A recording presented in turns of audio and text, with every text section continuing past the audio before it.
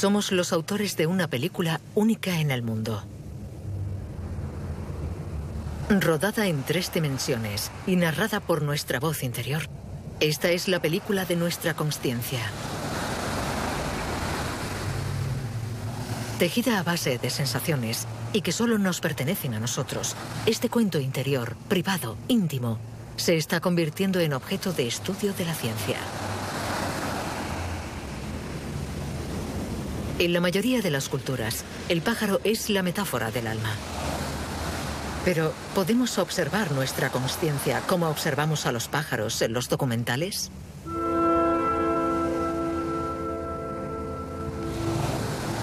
¿Qué puede decir la ciencia sobre este yo que constituye nuestra experiencia de la vida y del mundo?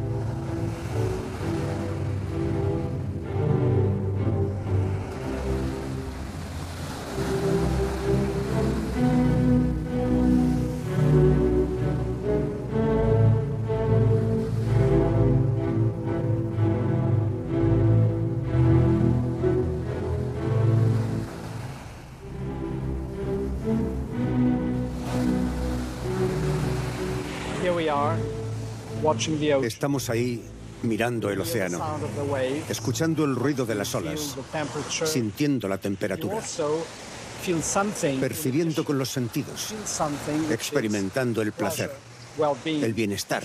Y todo esto nos provoca una emoción.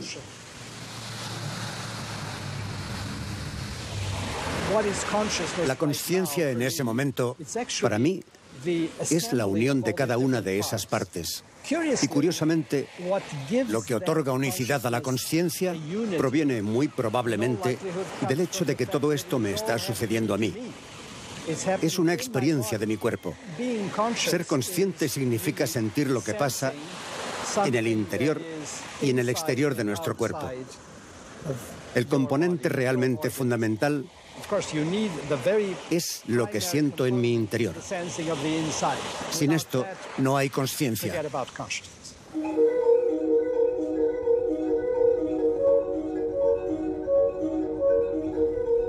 Antonio Damasio es conocido en todo el mundo por sus investigaciones sobre el cerebro, cuya complejidad está explorando. Para él, la conciencia es fruto del incesante ir y venir de las percepciones externas y las emociones internas.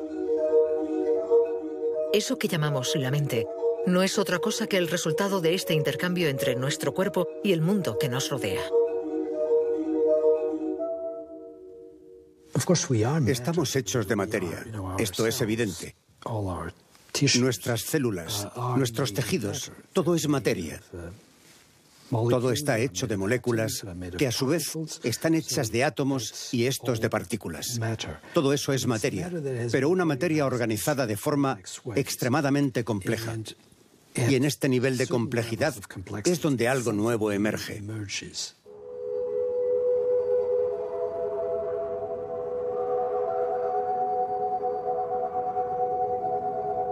Igual que un tornado provoca millones de acontecimientos interdependientes, los científicos sostienen que la consciencia surge de la actividad compleja de miles de conexiones que existen entre nuestro entorno, nuestro cuerpo y nuestro cerebro.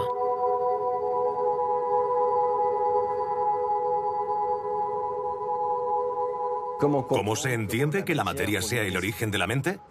Durante la evolución, siempre ha estado muy presente la idea de trasladar al interior del organismo una representación del exterior. Y la conciencia, o eso que llamamos mente, es finalmente la capacidad biológica surgida a lo largo de la evolución de crear en nuestro cerebro una representación cada vez más sofisticada del mundo exterior.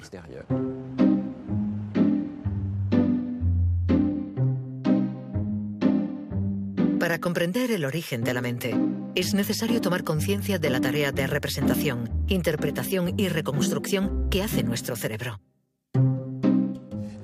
Lo que vemos es una representación continua del exterior.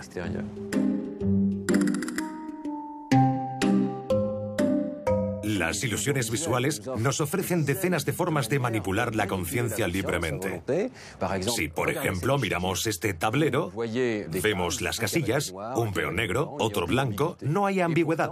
Pero si lo miramos de cerca, el color de las casillas y de los peones es exactamente el mismo. Es el mismo nivel de grises que penetra en nuestra retina.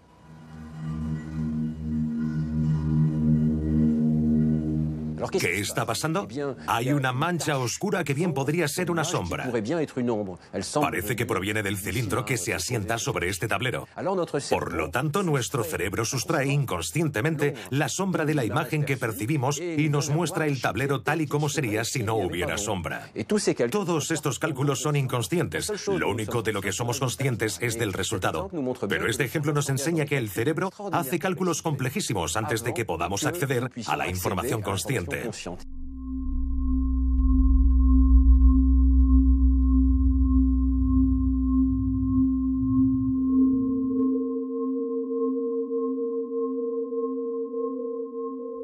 Hay numerosos experimentos que nos permiten demostrar que el cerebro trata informaciones de las que no somos conscientes.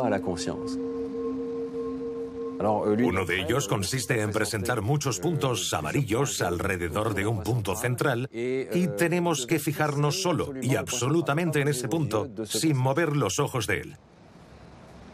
Y veremos que si miramos durante un rato este punto central, los puntos amarillos que al principio eran visibles desaparecerán. Más tarde reaparecerán y sobre todo si movemos los ojos, tac, reaparecen para volver a desaparecer. Estos puntos son estables en nuestra retina y nuestro cerebro los trata como una información parasitaria. Probablemente los defectos de la retina, como los capilares que podrían estar delante de la escena visual. Así el cerebro los elimina porque solo le interesa la percepción del mundo exterior y esos puntos no parecen venir de fuera. Son muy estables para venir del exterior.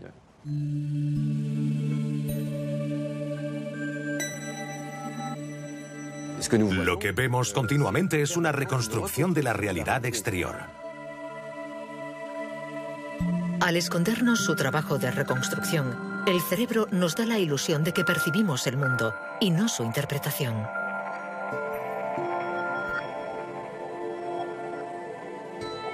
¿Cómo podemos saber entonces aquello que da origen a la conciencia? Hemos elegido una estrategia muy sencilla. Hemos tomado a algunas personas adultas, despiertas y conscientes, pero les hemos presentado la información al margen de la consciencia mediante imágenes subliminales. ¿Ve usted correctamente? Sí.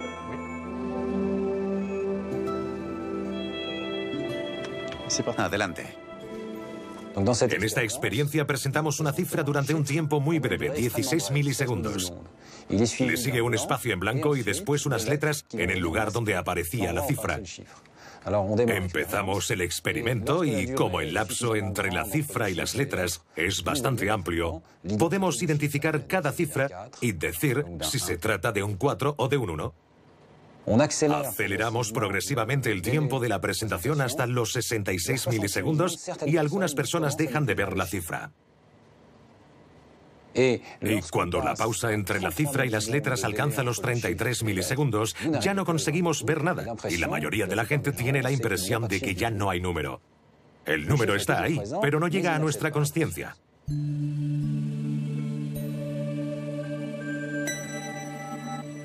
Gracias a la imagen médica, podemos seguir el tiempo completado de la secuencia temporal que conduce desde una cifra en la pantalla hasta su representación.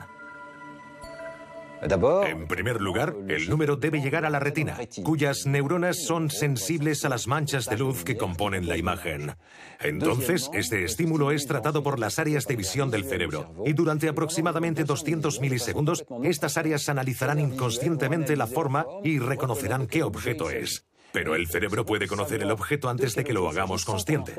Todavía serán necesarios 100 milisegundos más para que continúe la actividad cerebral y la imagen llegue al córtex frontal, al córtex parietal. Estas regiones se sincronicen y se pongan de acuerdo. Determinan que es una cifra, el 2, y solo entonces la representación se hace consciente. La actividad cerebral no es en absoluto la misma en función de si vemos o no el número. En ambos casos, el tratamiento inconsciente es idéntico. Pero cuando vemos el número, el cerebro destella. Ese destello es la firma neuronal de la conciencia. Hay sistemas del cerebro especializados, contienen información local y encapsulada. Hay un sistema para las caras, los lugares, las palabras escritas o habladas. En principio, estos sistemas no se comunican entre sí, aunque según nuestra teoría, la conciencia se basa en compartir información. Ser consciente significa poseer una información concreta al servicio de todos los tratamientos corticales que poseemos.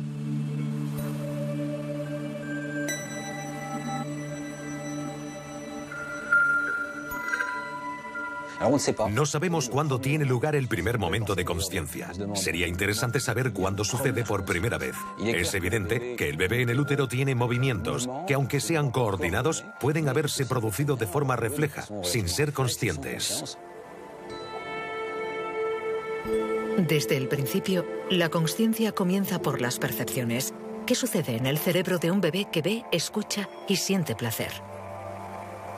¿A partir de qué momento podemos ver los primeros signos cerebrales de la consciencia? El problema con los bebés es que no pueden decir si son conscientes o no. Lo que hacemos es mirar directamente en el cerebro para ver si los mecanismos de la conciencia, reconocibles en los adultos, están presentes en el cerebro del bebé. Nos instalaremos delante de la pantalla.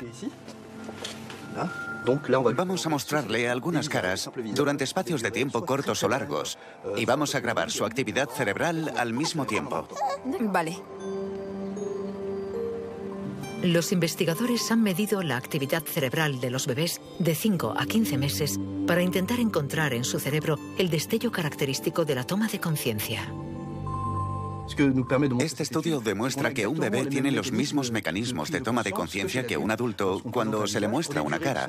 Durante periodos relativamente largos, la activación es tardía. Y en los periodos demasiado cortos como para que el bebé capte el rostro, la respuesta es de nivel cero, completamente plana.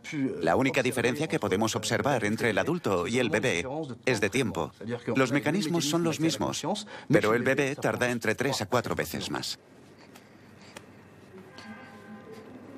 Esta curva característica prueba que desde los 5 meses los bebés son conscientes de su percepción.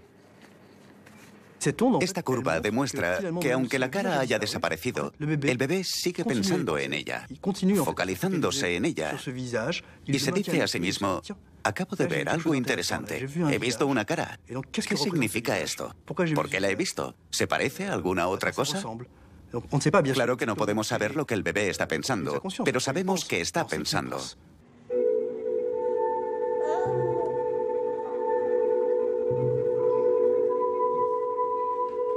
Ser conscientes de una información no significa que tengamos conciencia de nosotros mismos. Desde los años 70, la experiencia del espejo nos permite comprobar este tránsito tan conocido del bebé.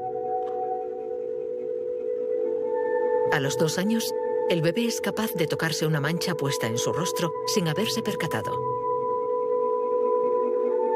Este experimento se ha filmado con un espejo de 2 caras. ¿Quién está ahí?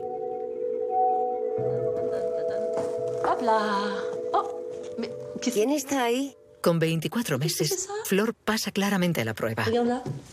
Melson, de 18, todavía no. ¿Sabes quién está ahí?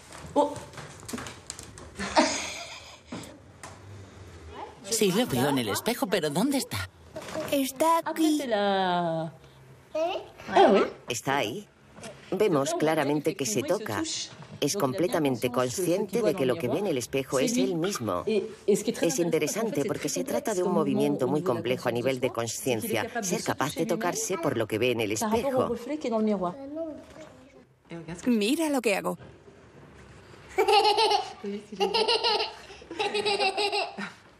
Es como si avanzáramos por la vida construyéndonos en capas sucesivas, como si nos envolviésemos. Somos algo muy, muy, muy sensorial. Estamos justo en el corazón del reactor. Y poco a poco añadimos protección, Comenzamos a reconocernos, a vernos, a representarnos, a tener una imagen propia. Pero estas capas que contienen parte de nuestra realidad, al mismo tiempo están fabricadas con pensamientos, creencias, sistemas de valores que no nos pertenecen, pero que hemos tomado para adaptarnos al mundo, para ser amados. La base de todo es la necesidad de ser amados, por eso nos construimos todas esas capas. Este es el cerebro. Mira lo que hay dentro.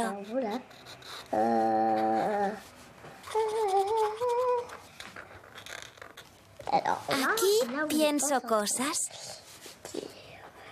Aquí pienso que soy un caballo o que mis padres quieren que le recoja flores. Ya está. Mi cerebro está listo.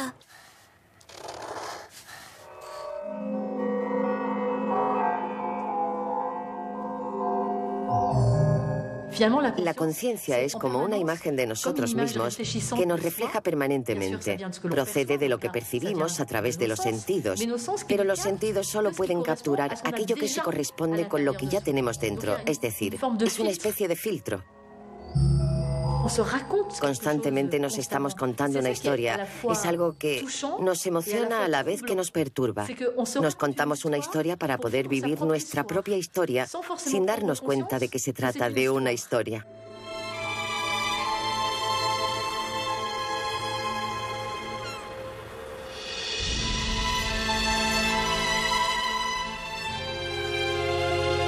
Como lo expresa bellamente Nancy Houston, somos la especie de los mentirosos. Nos contamos fábulas inocentemente. Con los mismos métodos que los fabuladores, creamos la ficción de nuestra propia vida.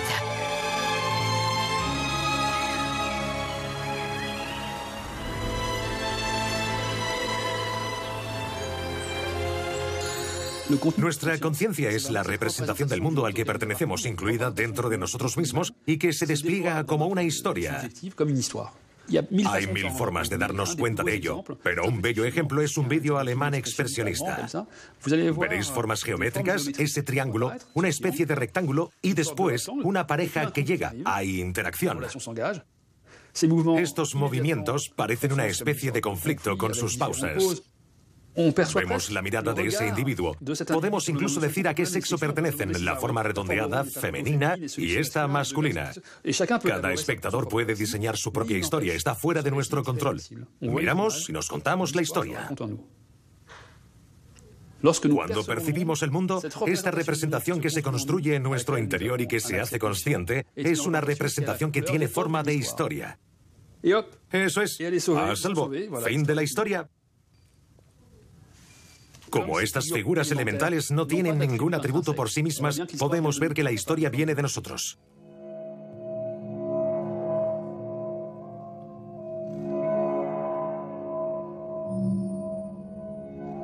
¿Por qué? ¿Por qué le damos sentido? No sabría responder a esta cuestión, pero no podemos escapar del sentido, estamos prisioneros en él.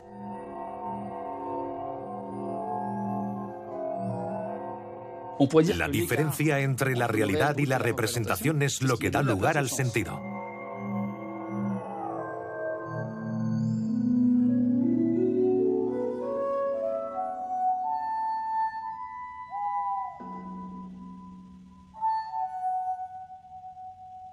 A lo largo de los días, nuestra fábula interior se interrumpe, divaga y vuelve a empezar de nuevo. Dormidos o despiertos, concentrados o en la luna, nuestra conciencia oscila a su antojo de un estado a otro.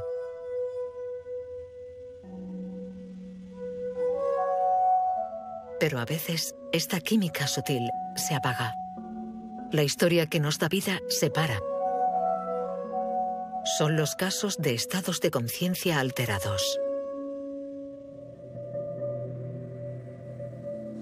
¿Qué es la consciencia? ¿Cómo la explicamos? ¿Es una cuestión de actividad neuronal? ¿Sabemos dónde encontrarla? ¿Es este diálogo que tengo conmigo mismo en este momento? No. No podemos reducir la consciencia al simple hecho de tener o no un lenguaje o una comunicación.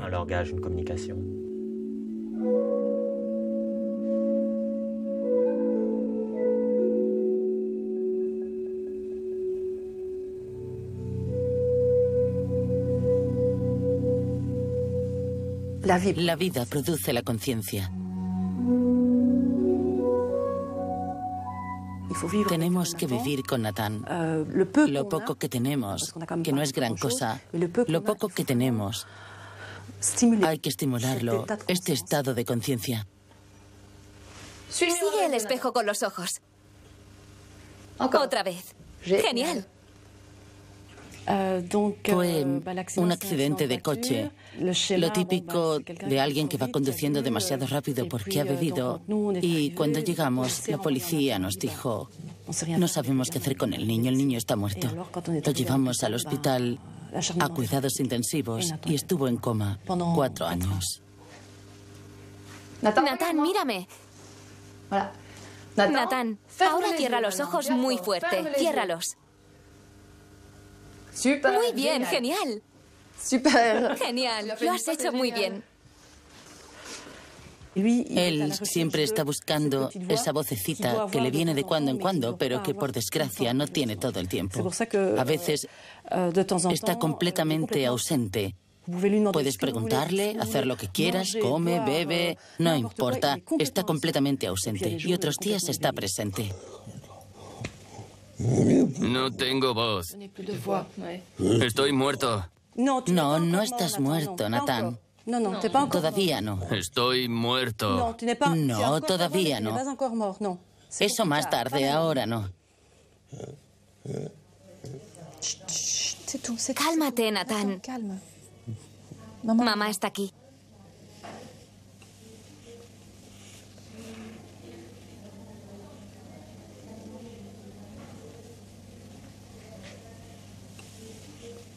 Él es un ser vivo con la conciencia disminuida. Así que los puntos de referencia que nosotros tenemos, él no los tiene. Se los llevó el coma.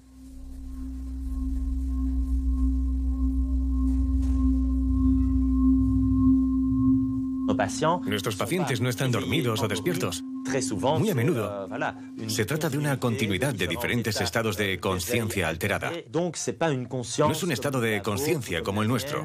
Este flujo continuo de pensamientos conscientes que todos tenemos, en su caso, se interrumpe. Es fluctuante.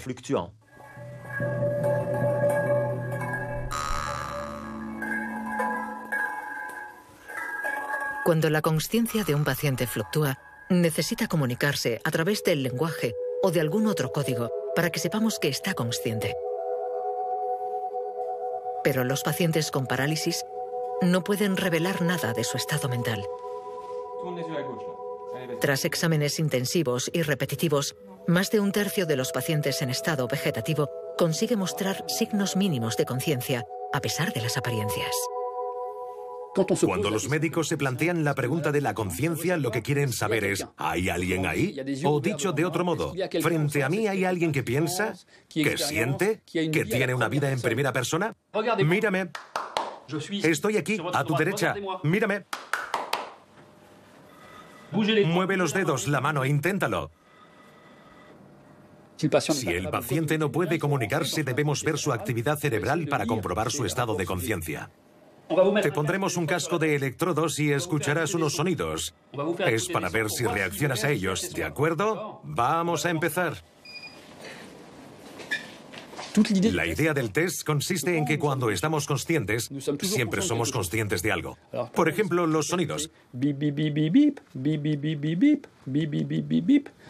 Desde el principio vais a poder, aunque no os diga nada, tomar conciencia de los sonidos y de que el quinto es diferente. Y si registramos la actividad cerebral, veremos que el cerebro no solo procesa los sonidos, sino que ha comprendido que el quinto era distinto de los 4 primeros. Es una pequeña sorpresa y será capaz de provocar una toma de conciencia subjetiva. Ah, el quinto es diferente.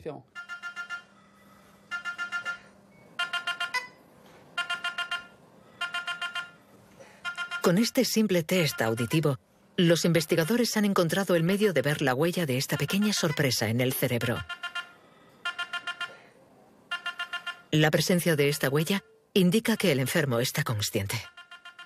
Aquí vemos que cuando hemos activado los sonidos, ha habido una respuesta de su cerebro a los primeros sonidos. Pero lo importante es que casi 3 décimas de segundo después de que el quinto haya sonado, y dado que este era diferente, inesperado, hemos tenido algo enormemente positivo, que no existía cuando el quinto sonido era como los demás. Es la señal de la toma de conciencia.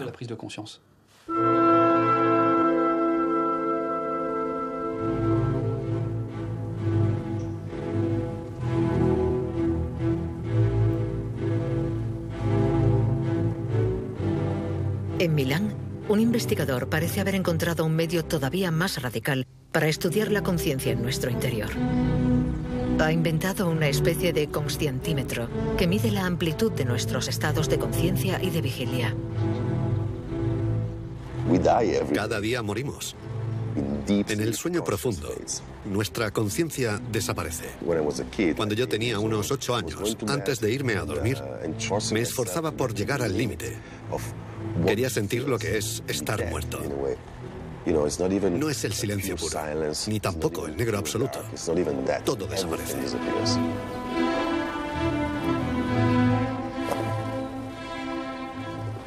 Siempre me ha fascinado la frontera entre ser y no ser. Y cuando la conciencia se va, tenemos que entender lo que hace el cerebro. ¿Qué pasa ahí dentro?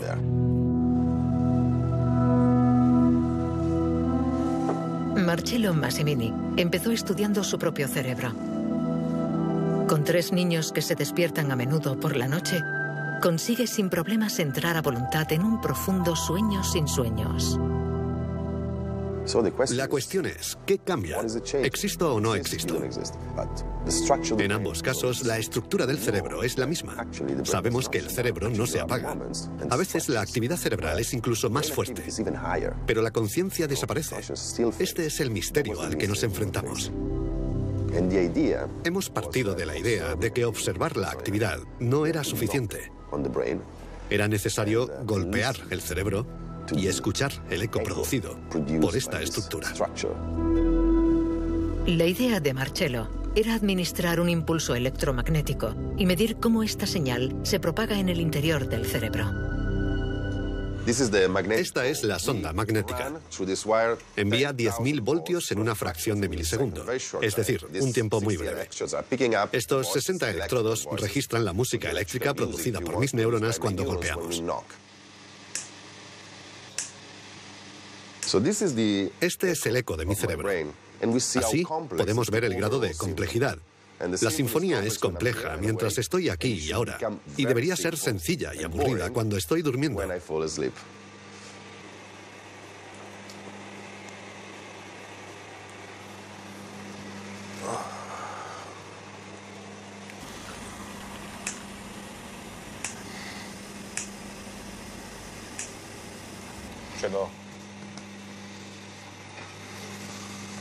Vale, ya está.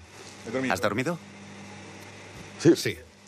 Hace unos minutos yo no existía. Es todo. Ahora existo. Estoy seguro de ello. Es mi única certeza.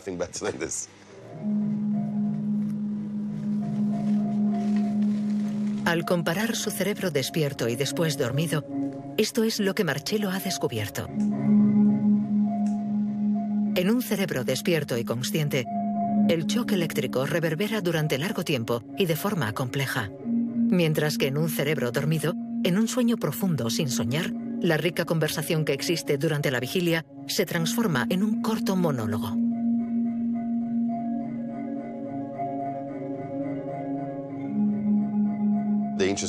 Lo interesante es la respuesta durante el sueño.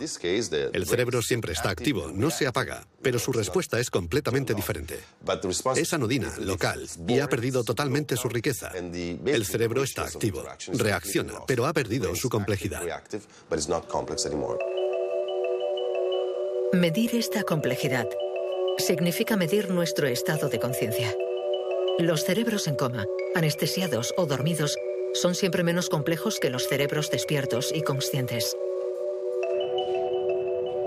Con estas medidas, los científicos pueden ya interpretar el fenómeno de la consciencia en términos puramente matemáticos. Todavía no podemos explicar la consciencia, pero podemos medir la complejidad de su eco. Este eco es la música de la conciencia. Es la reflexión de una estructura magnífica, de una catedral donde los ecos viajan y se propagan. Es la expresión de un potencial, un maravilloso trozo de materia.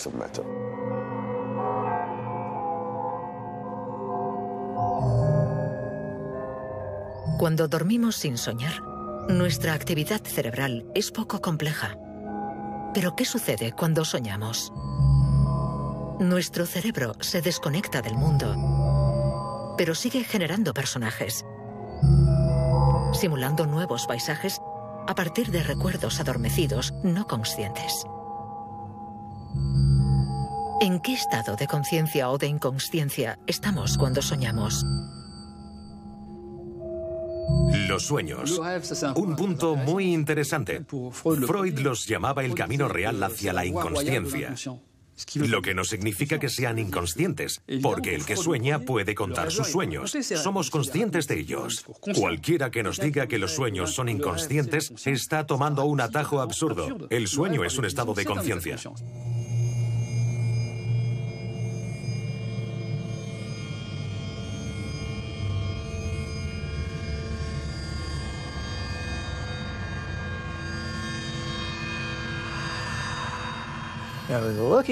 En 1978, yo buscaba un medio para estudiar la conciencia.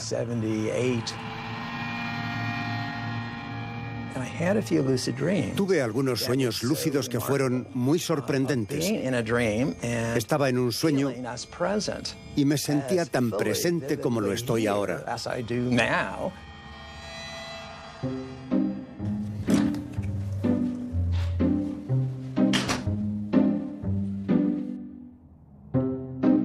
El sueño lúcido significa soñar y saber que estás soñando. Mientras soñamos, tenemos la conciencia explícita de que estamos dentro de un sueño. A caballo entre el sueño y la vigilia, los sueños lúcidos son para Stephen LaBerge el medio ideal para descifrar nuestra conciencia. El investigador se mete de lleno en 37 años de sueños para registrar, descifrar de la forma más lúcida posible. Y descubre que la consciencia no es más que una clase especial de sueño. Así es como funciona. Durante la fase REM, el cerebro está encendido, está totalmente activo y es natural que produzca una simulación de la realidad.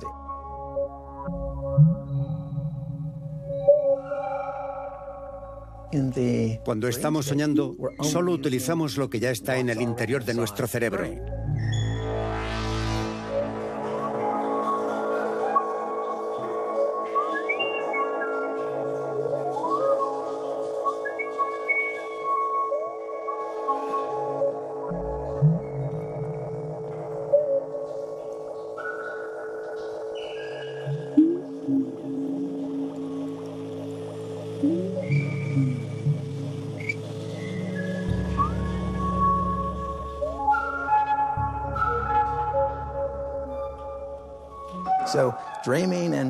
Se podría decir que percibir la realidad es soñar la realidad. Nuestra conciencia está limitada por la realidad física, mientras que soñar es percibir las cosas libremente, es decir, sin los límites de la realidad. Los sueños no están condicionados por las leyes de la física ni de la sociedad, solamente por nosotros.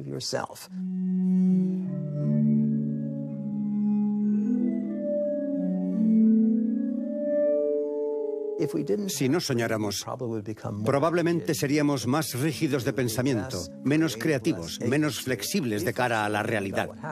Los sueños son extraños, suceden cosas que no tienen sentido, y lo que llamamos extraño es la otra cara de la creatividad.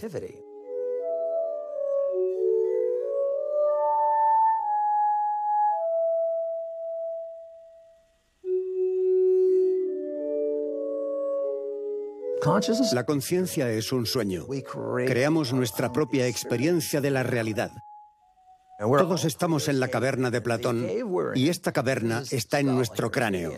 Estamos encerrados en este cráneo y no podemos ver otras imágenes que las que se proyectan sobre esta pantalla que atraviesa nuestros ojos y nuestros sentidos.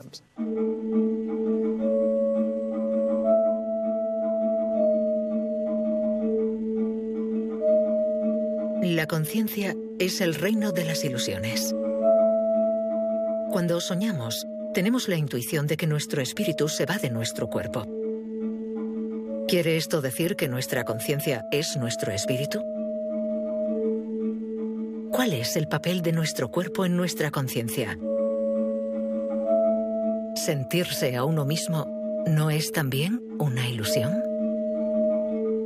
La conciencia que tenemos de nosotros mismos parte del cuerpo. Si nos preguntamos dónde estoy, nos identificaremos con el cuerpo. Es más, si alguien nos pregunta en qué parte de nuestro cuerpo estamos, no tendemos a identificarnos con el dedo meñique. Si nos lo cortaran, no nos gustaría, pero no tendríamos la impresión de haber perdido mucho. Pero si hablamos de la cabeza, tenemos la idea que es ahí donde estamos.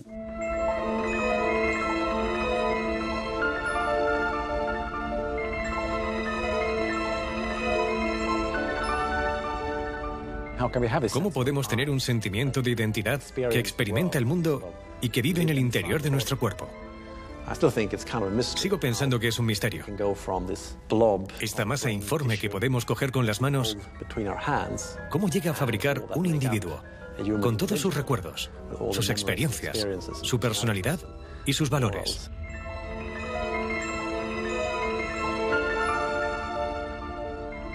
Estamos en Estocolmo, en la iglesia donde Descartes fue enterrado en 1650. Una de las ideas clave de Descartes era que el alma y el cuerpo físico están hechos de sustancias distintas.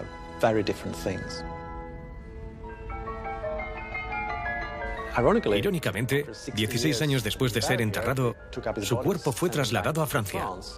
Pero no su cuerpo entero. Alguien había robado su cabeza. Es una verdadera paradoja para alguien que pensaba tanto en la unión del alma y el cuerpo, haber sido enterrado sin cabeza.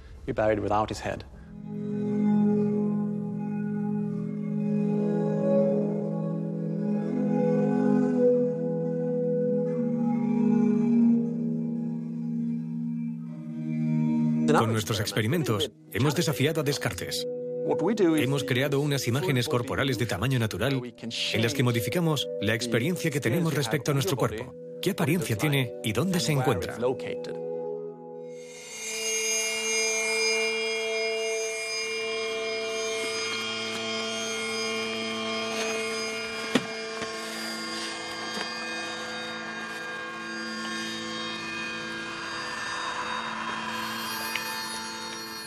Pondré tus piernas rectas.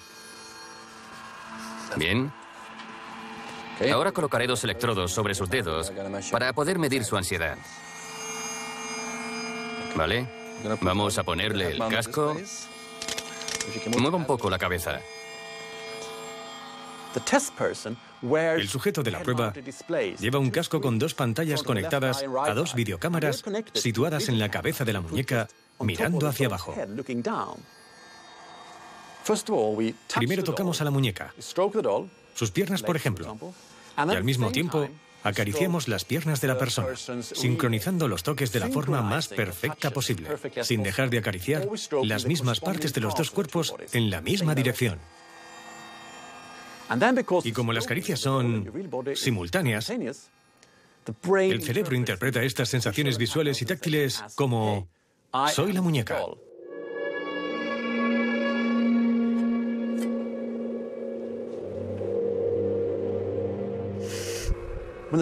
Cuando amenazan el cuerpo de la muñeca, sentimos mucho miedo.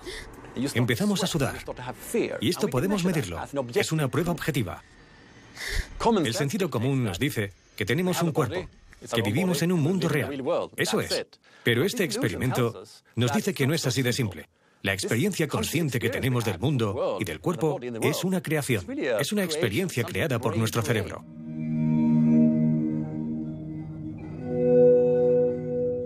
La conciencia y el pensamiento no están separados del cuerpo. Ambos están muy íntimamente unidos.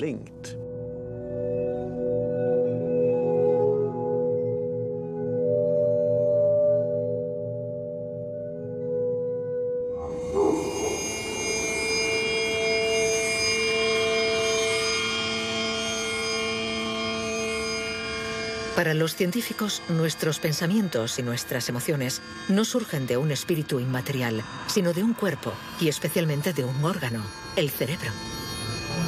Nuestro más pequeño deseo y cada una de nuestras decisiones estaría registrada aquí, en el entramado de nuestras neuronas, bajo la forma de un código todavía misterioso. Pero todavía no sabemos quién decide en mí. En la escuela, a menudo resolvía problemas de matemáticas o de física por placer. Si me bloqueaba, la idea del placer me ayudaba a encontrar una solución diferente. Y la solución surgía en mi mente. Eso me fascinaba porque yo me preguntaba, ¿quién hace los cálculos? ¿Quién resuelve el problema? En Berlín, John Dylan Haynes busca la huella cerebral de nuestro libre albedrío.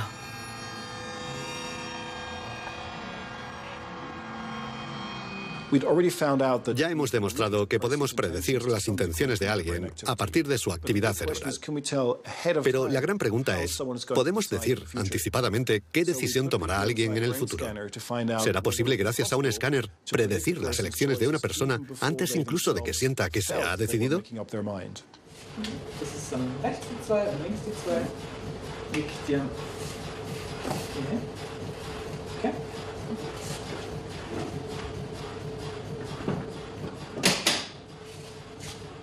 Es un experimento muy simple. Hay dos botones, uno a la izquierda y otro a la derecha, y tienen que decidir libremente cuál apretar. Es una elección libre. Para estar seguros de que la elección es totalmente libre, el investigador propone una alternativa muy limitada. La persona pulsa en unos botones que no encienden nada. Después, dispone de todo el tiempo que desee para decidirse. La firma cerebral de esta decisión sin consecuencias es muy sorprendente.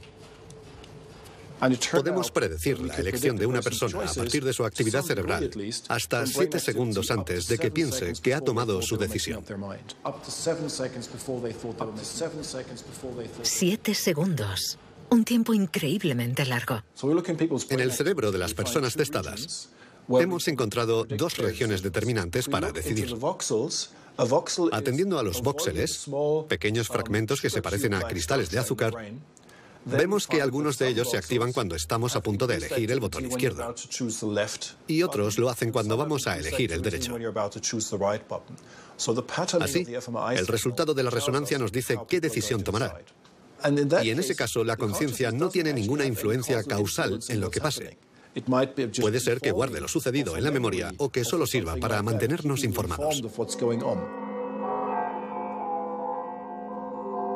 Este experimento solo hace la prueba sobre una minúscula decisión sin ningún objetivo. Pero ¿qué sucede con nuestras decisiones complejas? ¿Surgen de una suma de pequeñas decisiones tomadas en secreto por nuestras conexiones neuronales? ¿O bien existe un yo consciente capaz de influir en nuestros mecanismos inconscientes? Si por libre albedrío entendemos la inocente afirmación de que podemos tomar una decisión independientemente de nuestro cerebro, entonces las investigaciones actuales son bastante claras al respecto. No existe el libre albedrío. El sentimiento de libertad es en parte una construcción de nuestro cerebro. Ponemos en marcha todos estos circuitos de nuestro cerebro y activamos los sistemas de valores registrados en él por nuestros genes y por nuestra educación. Así tomamos una decisión que llamamos libre. No debemos pensar que estamos capacitados para un nivel de decisión más allá. Nuestra conciencia soporta decisiones que son como la cumbre del iceberg, surgidas de las profundidades de nuestros circuitos no conscientes.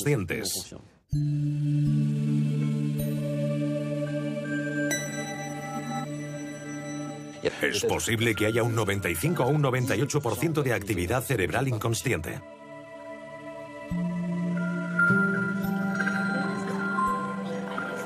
Lo que considero como mi yo existe en gran medida al margen de mí mismo. Pero eso no significa que nuestra conciencia no juegue ningún papel en nuestros procesos inconscientes.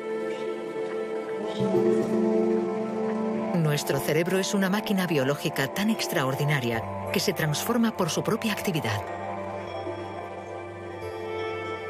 Cuanto más circula una información por nuestro cerebro, más profundamente se graba en nuestras conexiones nerviosas.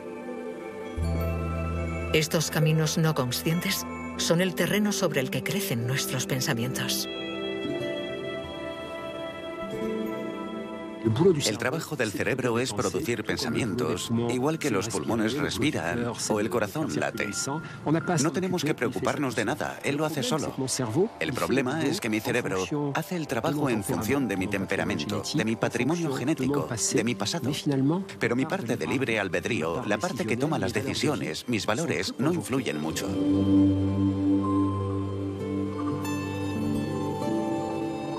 Cuanto más consciente soy de lo que me está sucediendo y mayor conciencia tengo de cómo estoy viviendo mi vida, mi experiencia, más aumenta mi libertad.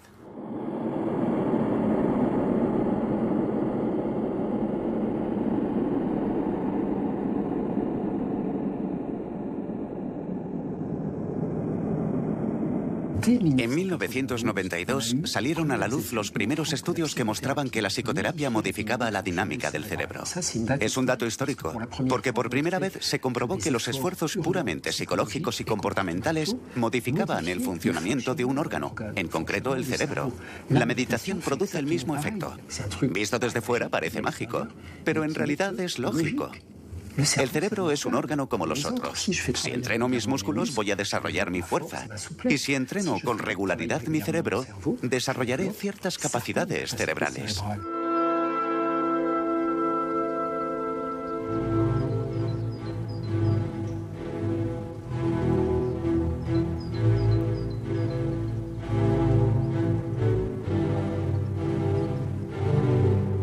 Pero ¿cómo puede la consciencia influir en el funcionamiento de nuestro cerebro? ¿En qué medida podemos atrapar la pequeña parte de libertad que nos ofrece nuestra conciencia? Volvemos al grupo de estudio del coma en Lieja, donde Stephen Laureys, Antoine Lutz y Marcello Massimini realizan un nuevo experimento: medir la complejidad de la actividad cerebral de Mathieu Ricard en diferentes estados de consciencia. Mathieu Ricard es extraordinario. Tiene una tesis en biología molecular con un premio Nobel en el Instituto Pasteur. Y también ha estudiado durante más de 30 años con grandes maestros de la tradición budista. Ha realizado entre 30 y 50.000 horas de meditación. Y puede pasar fácilmente por diferentes estados, como este de presencia abierta que nos interesa hoy. Perfecto. Ahora a comer.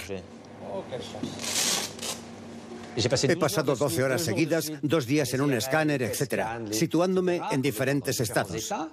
Desde la presencia abierta, que es el estado de conciencia más claro y lúcido, hasta un estado que llamamos de opacidad cognitiva inducida, que es un término técnico para designar el estado de máxima estupidez que podamos imaginar, un estado de torpeza autoinducida. ¿Qué sucede en el cerebro de Mathieu Ricard cuando por propia voluntad y de forma subjetiva pasa de un estado de conciencia aumentada a un estado de conciencia disminuida? El resultado de este experimento es sorprendente. Mathieu Ricard consigue solo a través de su pensamiento cambiar la complejidad de su actividad de un 20 a un 30%.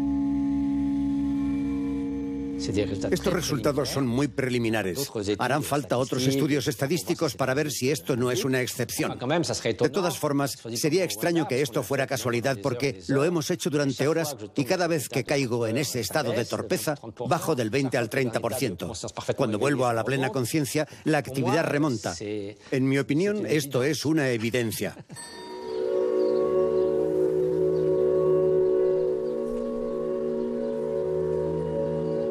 Nuestro cerebro puede modificar su propia forma de funcionamiento, y solo con el pensamiento.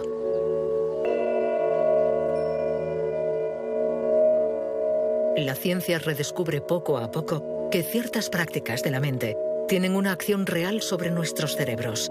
Pueden literalmente transformarlos en su estructura y en su funcionamiento más íntimo.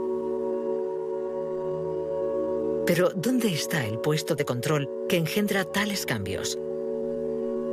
¿Por qué es tan inasequible? No existe un yo aislado. No existe un puesto de control en el cerebro. La neurociencia es taxativa. No hay puesto de control.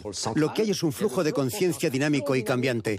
Un flujo experiencial. Momento a momento, cada uno determina el estado del siguiente. Y el conjunto de experiencias pasadas hace que mi estado presente refleje la historia de este continuum. Unas las recuerdo, otras no. Pero en esto consiste este continuum. No hay más.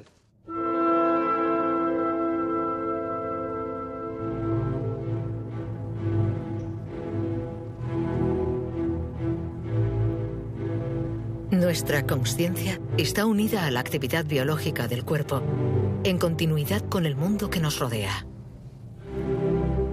Pero tenemos un pequeño margen de maniobra.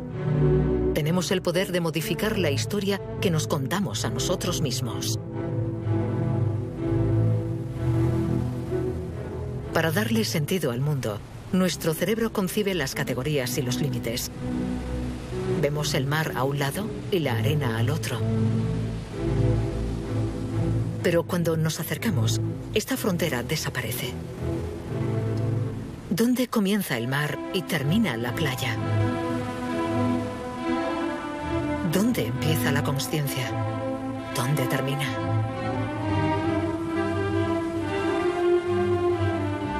No existe un yo aislado que decide, separado del mundo, sino una red de relaciones hipercomplejas.